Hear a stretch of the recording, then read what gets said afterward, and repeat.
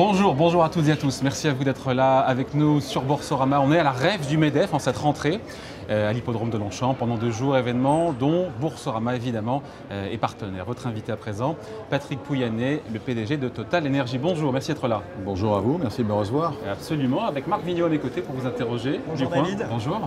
Alors, la Commission européenne, plein de sujets à voir ensemble. La Commission européenne qui propose d'interdire les ventes de voitures thermiques, essence, diesel, un peu plus tôt que prévu par rapport au calendrier de la France, pas 2040 mais 2035. Est-ce que pour vous c'est trop rapide, 2035, ou est-ce que cette accélération du calendrier est justifiée par les dérèglements climatiques auxquels on a pu assister notamment cet été? Vous en pensez quoi et qu'est-ce que ça changerait pour Total si d'aventure on devait bannir les véhicules thermiques en 2035? Non, je crois qu'il faut que l'Europe soit cohérente. On a annoncé que l'Europe veut être, je dirais, à l'avant-garde de la neutralité carbone, la neutralité climatique 2050. Et la Commission européenne dit, si on veut être neutre en carbone 2050, il faut utiliser moins de pétrole dans la façon dont on se transporte. Ça a le mérite de la cohérence. C'est cohérent. Après, est-ce que c'est 2040 et c'est 2035, ça ne change pas grand-chose. La vérité, c'est qu'on a aussi vu, et je pense des constructeurs automobiles, parce que ce qui a aussi beaucoup changé, ce n'est pas seulement la Commission, c'est les constructeurs, qui dans l'espace de quelques années se rendent compte que finalement, faire cohabiter moteur thermique, moteur électrique, ça va coûter cher en termes de plateforme, et que finalement, les grands constructeurs, notamment allemands, il ne faut pas le cacher, Volkswagen en tête, on dit, nous, on est prêt à avancer plus vite, 2030, 2035. Je crois que 35 est un compromis entre 30 et 40. Honnêtement, je pense que ça, c'est une question de cohérence européenne. Nous, pour Total Energy, oui. D'ailleurs, si on est passé de Total Energy, c'est parce qu'on a intégré tous ces changements. Vous savez, le changement de nom, c'est profondément la traduction d'un changement des marchés énergétiques. Il y aura moins de demandes de produits pétroliers et il y aura plus de demandes d'électricité. C'est ce que j'arrête pas de dire depuis maintenant plusieurs années. Et donc, on a décidé que Total devenait Total Energy, qui allait être un producteur de produits pétroliers, de gaz, produits gaziers, verts ou fossiles, et de produits électriques. Et donc, pour nous, ça veut dire quoi? Ça veut dire qu'il faut que d'ores et déjà, on anticipe l'émergence encore plus forte des véhicules électriques. Donc, ce qu'on est en train de faire, devenir un opérateur de bornes de recharge dans des très grandes villes en Europe. On a Bruxelles, Londres, bientôt Anvers, Amsterdam, on vient de racheter Singapour. On est en retard en France sur le maillage des bornes. Ça, c'est l'histoire de la poule et l'œuf. On n'est pas en retard. On doit avoir 100 000, on avait dit 100 000 bornes fin 2021. Doucement, pas de polémique.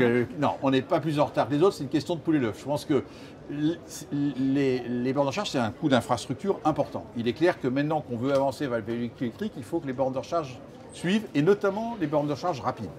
Une borne de recharge rapide, ce n'est pas gratuit. C'est 250 000 € pour une borne de recharge rapide. Donc c'est un investissement important, d'autant plus qu'aujourd'hui, il n'y a pas beaucoup d'utilisateurs, c'est le moins qu'on puisse dire. Et donc, il va falloir maintenant mettre tout ça en œuvre. Le gouvernement, dans le cadre du plan de relance, a commencé à lancer un plan d'action.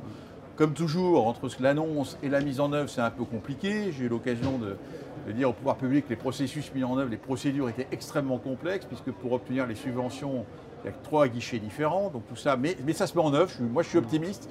Je pense que et notamment, il faut qu'on équipe très vite les autoroutes, rapidement, c'est la priorité, les grands axes. Et nous, chez Total, on a des engagements. On va équiper 300 de nos stations dans les prochaines années. Et encore une fois, on se rend compte, puisqu'on vient de mettre en place à La Défense une première station-service qui n'est que de bornes de recharge électriques. On a mis plusieurs types de bornes de recharge et on voit très bien que le client, ce qu'il veut, c'est du rapide, c'est 10-12 minutes, pas plus.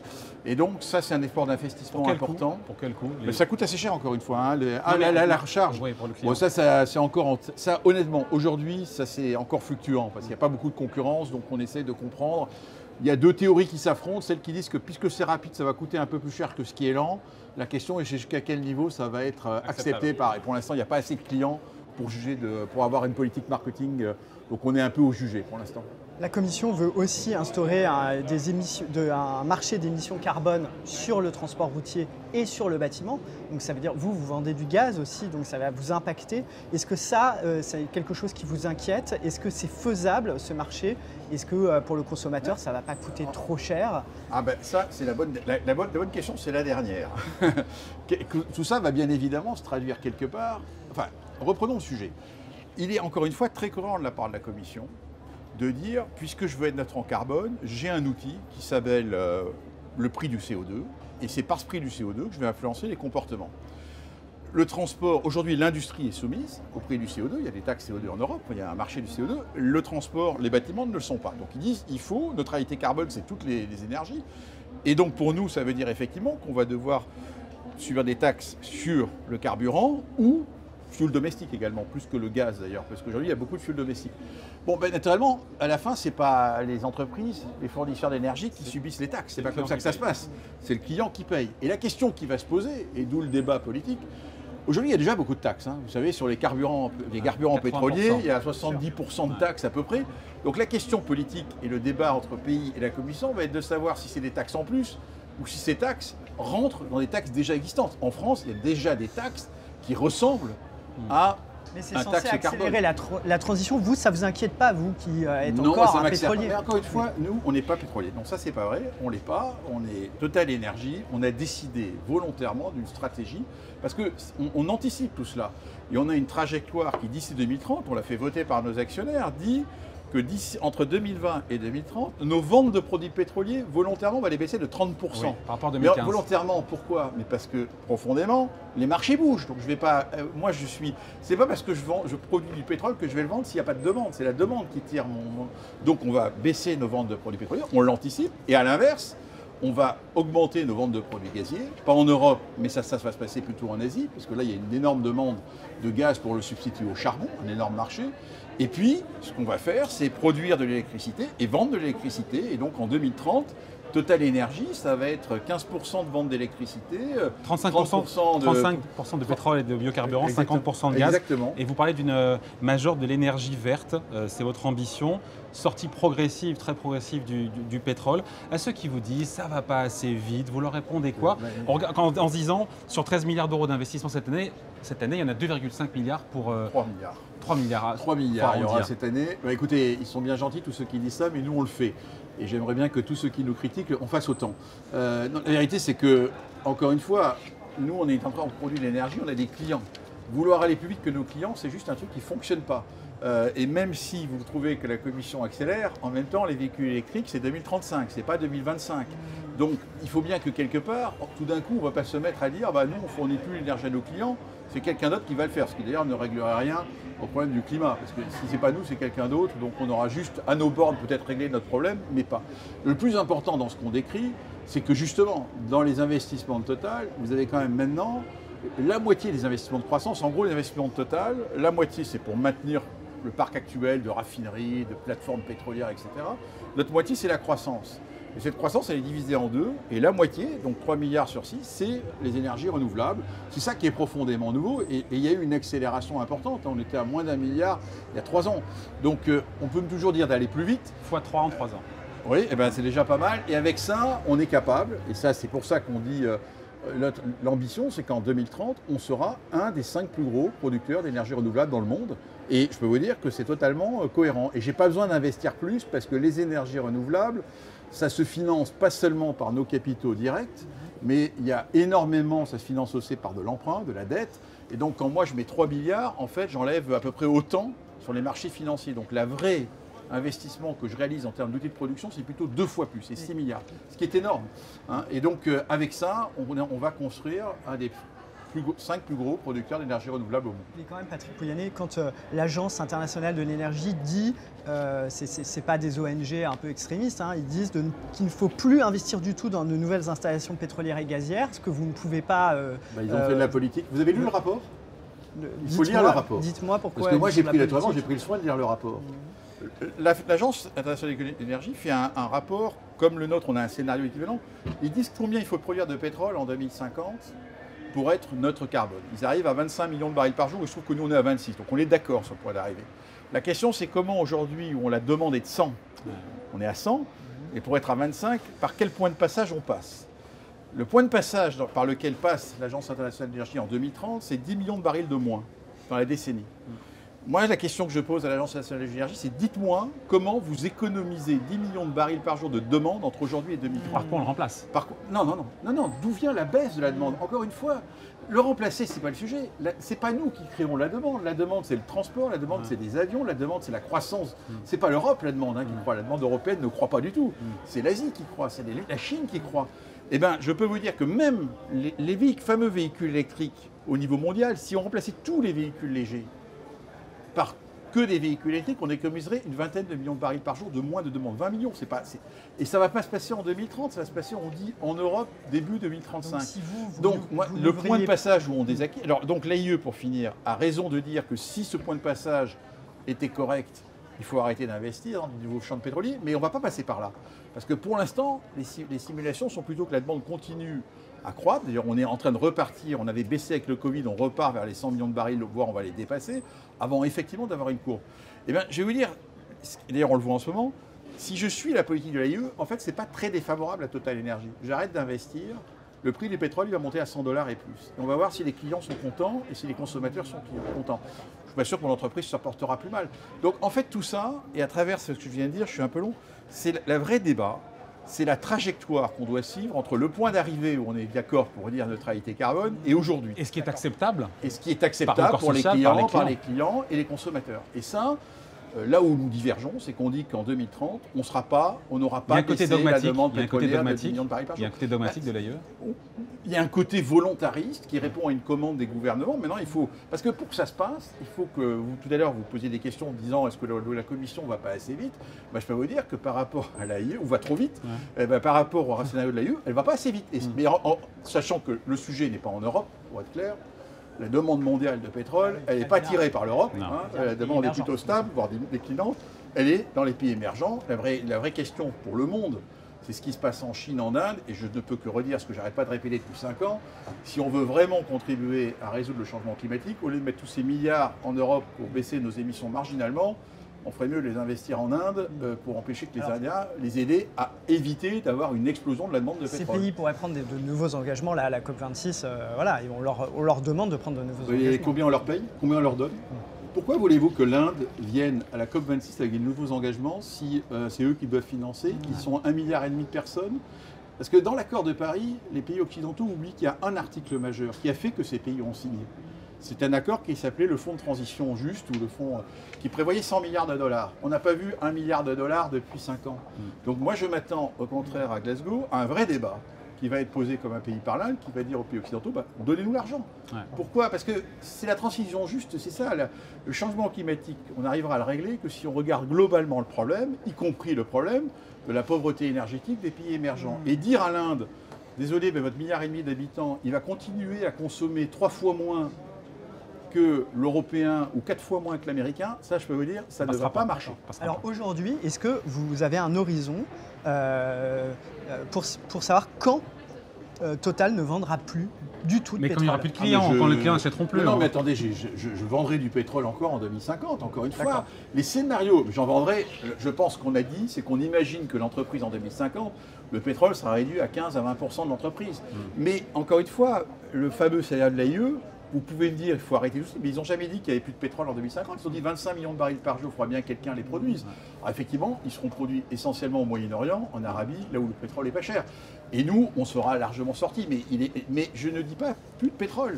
Encore une fois, le pétrole ne sert pas qu'à se transporter, il sert à faire des plastiques, il sert à faire d'autres sujets. Donc on va réduire énormément, on va diviser par 4 la demande, mais ça ne veut pas dire qu'on sort du marché pétrolier. Ça veut dire par contre... Il n'y a pas un horizon dans lequel on peut imaginer que Total ne produirait plus du tout de pétrole à l'heure actuelle. On verra, ça sera après moi. Donc moi, ma mission, c'est déjà de conduire l'entreprise sur le bon chemin pour qu'en 2030, on ait réalisé ce que j'ai dit et qu'on ait réduit la part du pétrole dans notre mix à 30% de nos ventes. D'accord. Et vous allez devoir enfuir du CO2 pour respecter vos objectifs. Il va falloir développer le captage de CO2 pour compenser les émissions de... Bien évidemment, puisque si je vous dis qu'il y a encore 25 millions de barils par jour de pétrole en 2050 et il y aura du gaz également, ça veut bien dire qu'il faut capturer les émissions de CO2 si on veut être neutre. La neutralité carbone, c'est toujours, on dit, une neutralité nette. Donc ça veut dire qu'il y a des émissions négatives, c'est du stockage. Donc oui, il faut développer cette technologie. Les gens disent que ça ne marche pas. La vérité, c'est qu'à 100 € la tonne de carbone, et vous dites on est déjà à 50 €, moi, je suis convaincu qu'on sera à 100 € en 2030 compte tenu de toutes ces réglementations. À 100 € la tonne de carbone, cette technologie fonctionne. On peut stocker. Concrètement, comment ça se fait? Vous avez des projets? On a des projets. Aujourd'hui, on a des projets en mer du Nord. On a un projet en Norvège dans lequel on est en train d'investir avec 2 autres compagnies, norvégiennes et Shell. On a un projet aux Pays-Bas. Et en fait, notre idée profonde, c'est de réutiliser d'ailleurs des vieux champs de gaz ou de pétrole en mer du Nord qui ont été produits pour les réutiliser comme stockage de CO2. On a plusieurs champs aux Pays-Bas où on est en train d'étudier le projet. Et puis on a aussi un projet en Grande-Bretagne, au UK, où là, ça serait plutôt du stockage sur aquifère. Donc on utilise en gros la mer du Nord comme champ en se disant qu'il y aura un futur derrière. Il y a des compétences techniques qui peuvent être réutilisées pour devenir un grenier, je dirais, à CO2.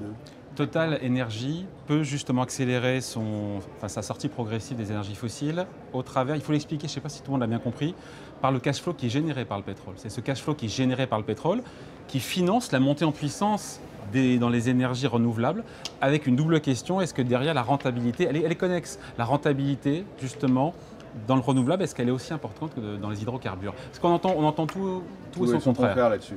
Ouais. Bon, d'abord, oui, il est clair qu'aujourd'hui, je produis du pétrole et du gaz et que le cash flow total, il vient de là. Voilà. La partie renouvelable, c'est pour aujourd'hui 200-300 millions par mois, donc c'est encore faible. C'est le pétrole qui finance le vert. Et donc, ce que nous faisons, et le conseil d'administration l'a décidé, c'est que sur les 25 milliards en gros de dollars qu'on va générer cette année, on prend 3 milliards pour investir dans les renouvelables. Et les renouvelables sont déficitaires, bien évidemment.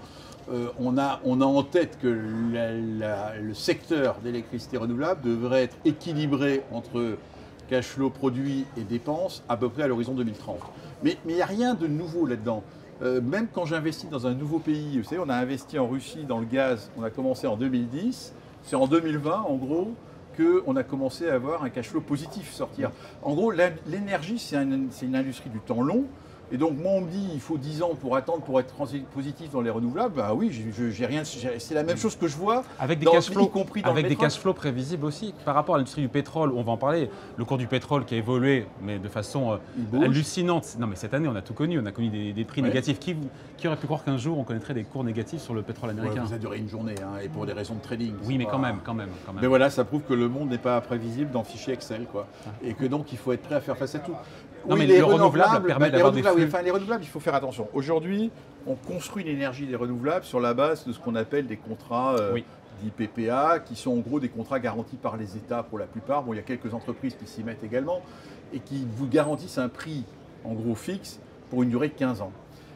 Et ça, effectivement, c'est une rentabilité assez faible. Ce qui est assez normal, je dirais, qu'un actif, un investissement dont on vous garantit le revenu est un retour plus faible qu'un investissement pétrolier dont on ne vous garantit pas, en gros, moi je ne vois pas de scandale, c'est juste normal.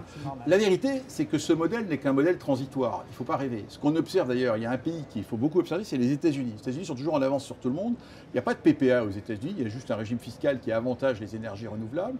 Et bien là-bas, la vérité, c'est que vous vendez vos énergies renouvelables au prix du marché de l'électricité. Et en fait, les renouvelables tomberont à horizon 2000, pour moi à partir de 2030, dans une autre modalité, un mode économique classique, qui est un monde d'un prix de l'électricité qui est volatile, le prix de l'électricité bouge, il est marchand, comme aujourd'hui en Europe, et c'est ça qui va se passer. Donc, il y a croire qu'on est dans ce monde protégé, renouvelable, éternellement, c'est pas vrai. C'est l'émergence, c'est le début d'une industrie, c'est la façon de lancer l'industrie, mais on tombera dans un monde classique de marché énergétique. Et donc là, il faudra être capable, il faudra être solide, avoir des bilans importants comme on les a, nous, Total Energy, pour pouvoir faire face à la volatilité des marchés, et notamment des marchés d'électricité.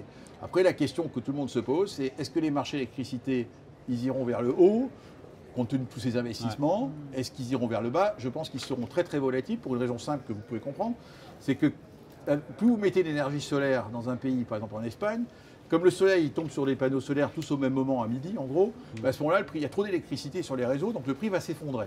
Par contre, le soir, le prix, il n'y en aura pas des soleils, donc le prix va remonter. Et donc, ça va être une gestion beaucoup plus fine, où notamment les activités de négoce, de stockage, de batterie vont être absolument essentielles. Donc on va tomber à un moment dans un jeu qui fait que je suis totalement convaincu que de la même façon que ça s'est passé dans le pétrole et le gaz historiquement, les acteurs du marché de l'électricité renouvelable seront des grands acteurs capables de faire face à cette volatilité des entreprises comme Total Energy, et qu'aujourd'hui, toutes les start-up, entre guillemets, renouvelables, elles sont destinées à bien évidemment développer et à un moment à vendre leurs actifs à ces acteurs-là. Sur la volatilité du cours du pétrole, encore une fois, voilà, on est descendu jusqu'à 15-20 dollars, je ne sais plus, sur le Brent, on est à 70 aujourd'hui. Extrême volatilité. Le lien aussi avec les investissements, tous les pétroliers pour sortir des très bons résultats d'ailleurs, dont Total, 3 milliards et demi de profit sur le Total Energy. Total Energy sur le premier semestre. Petite fessée, petit pampan. Il a fallu réduire les investissements au global, pas seulement chez Total Energy. 13 milliards cette année contre 17 milliards avant la crise. Est-ce qu'on va pas le payer un jour ou l'autre sur le cours du pétrole dans les prochaines années? Il y a beaucoup de questions dans votre... Ah, comme souvent. Bon, les investissements. D'abord, honnêtement, nous, on considère 17 milliards, il y a longtemps qu'on l'avait vu, mais je dirais que le bon niveau pour Total Energy d'investissement par an, je dirais dans un prix moyen de $50, c'est en gros 14 milliards, 13, 15 milliards de dollars, 14, 16 milliards, enfin, c'est l'ordre de grandeur.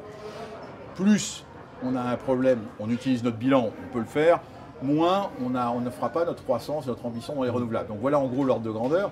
Alors ce qui est vrai, c'est que dans ce que vous avez dit, c'est qu'il y a pas mal de leçons tirées par tous les pétroliers depuis maintenant, il y a le Covid qui l'a accéléré, c'est que cette volatilité du prix du brut fait qu'on est beaucoup plus prudent sur les niveaux d'investissement, donc on investit moins, et c'est ce que j'ai décrit, et je pense que globalement, cette atmosphère qu'il y a autour des entreprises pétrolières mondialement, disant le climat, il faut faire moins de pétrole, le rapport de l'AIE, fait qu'on investit moins, et bien si on investit moins, et s'il y a moins de projets, ce qui se passe, c'est que, et ça c'est compliqué à comprendre pour le grand public, mais en fait un champ pétrolier, ça décline naturellement.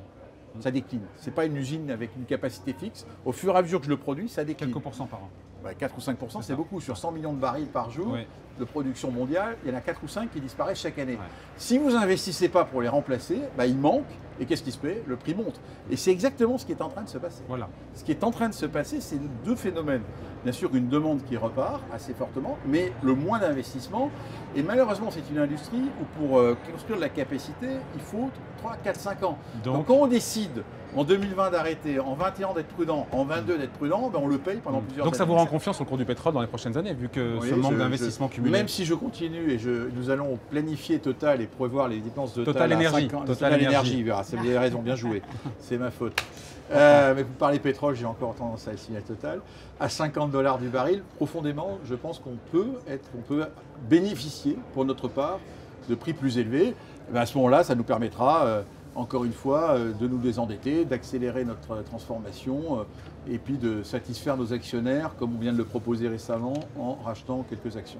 Mais le prix le plus élevé là, dans les prochaines années du pétrole, c'est le plafond que vous voyez. Il n'y en a pas, ça n'existe pas. Le plan. Est-ce que vous auriez dit qu'il aurait pu être négatif il y a un an? Quelques heures.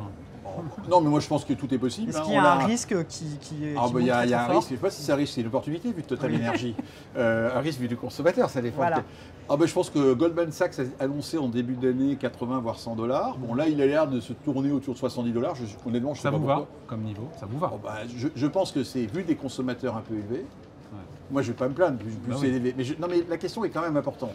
Parce que vous savez, si aujourd'hui on parle d'énergie renouvelable, c'est parce que quand on a eu un baril à 100 ou $120 du baril, c'était trop cher. Et que qu'est-ce qui s'est passé? Fondamentalement, le moteur du monde de l'énergie, c'est de l'énergie pas chère. Il faut trouver. À $120, c'était trop cher. Donc on a ouvert la porte à développer d'autres énergies alternatives, dont le solaire, l'éolien, etc. Donc il ne faut pas que le prix soit trop élevé. Moi je pense que $70 est un prix un petit peu élevé. D'un pays comme l'Inde, c'est un petit peu élevé. Mais bon, on va pas. Après, je vais vous dire, il n'y a pas de capacité. Ce marché, vous l'avez dit, il est volatile. Il est passé de 20, mais même au cours des derniers mois, il a perdu $10 en 10 jours début août. Là, il vient d'en reprendre 5 en 3 jours. Bon, tout ça, c'est quand même beaucoup. Ça fait des variations de 15% dans un sens, dans l'autre. Il n'y a pas de contrôle, même si l'OPEP a un rôle. La vérité, c'est que c'est un marché qui, je pense, est intrinsèquement volatile. Et vous, votre réponse en tant que PDG Total Energy, c'est d'abaisser le point mort. Je pense que vous l'avez abaissé comme jamais dans l'histoire. On était, je parle sous votre contrôle, $70-80 il y a quelques années. Oui, on est à combien aujourd'hui? On est à 30, à 20? Moins de 30, on est à $25 du baril. Là. Donc, Total en allant pomper au Moyen-Orient et en Afrique du Nord. Oui, mais ça c'est simplement un fondamental de toute énergie, de toute industrie de matières premières. Je ne contrôle pas le prix de mes produits. La seule chose que je contrôle, c'est le coût auquel je produis. Et donc, toute la stratégie qu'on mène depuis 2015, ça a consisté à repositionner tout le portefeuille de l'entreprise, notamment via des prises de position au Moyen-Orient, Abu Dhabi, Qatar, Libye, Algérie et d'autres pays, Irak peut-être, de façon à... Parce que c'est là qu'on produit le pétrole le moins cher au monde. Donc, c'est pas très compliqué d'être PDG d'une entreprise. Après, il faut être capable d'aller convaincre les pays de vous confier leurs ressources. Mais c'est ça qu'on a fait. Donc, aujourd'hui, c'est pour ça que l'entreprise est en bonne santé et qu'on peut d'ailleurs avoir cette stratégie offensive sur les énergies renouvelables. Je peux l'avoir parce que fondamentalement, je sais que la partie pétrolière et gazière est extrêmement solide.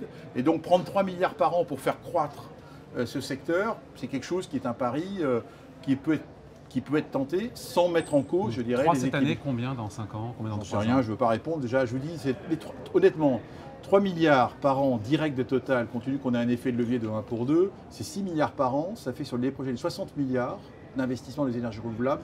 Avec ça, on produira 100 gigawatts. On aura les capacités de 100 gigawatts. 100 gigawatts, c'est 100 réacteurs 100 nucléaires, gigawatts, non? c'est 60 réacteurs Ouais. nucléaires.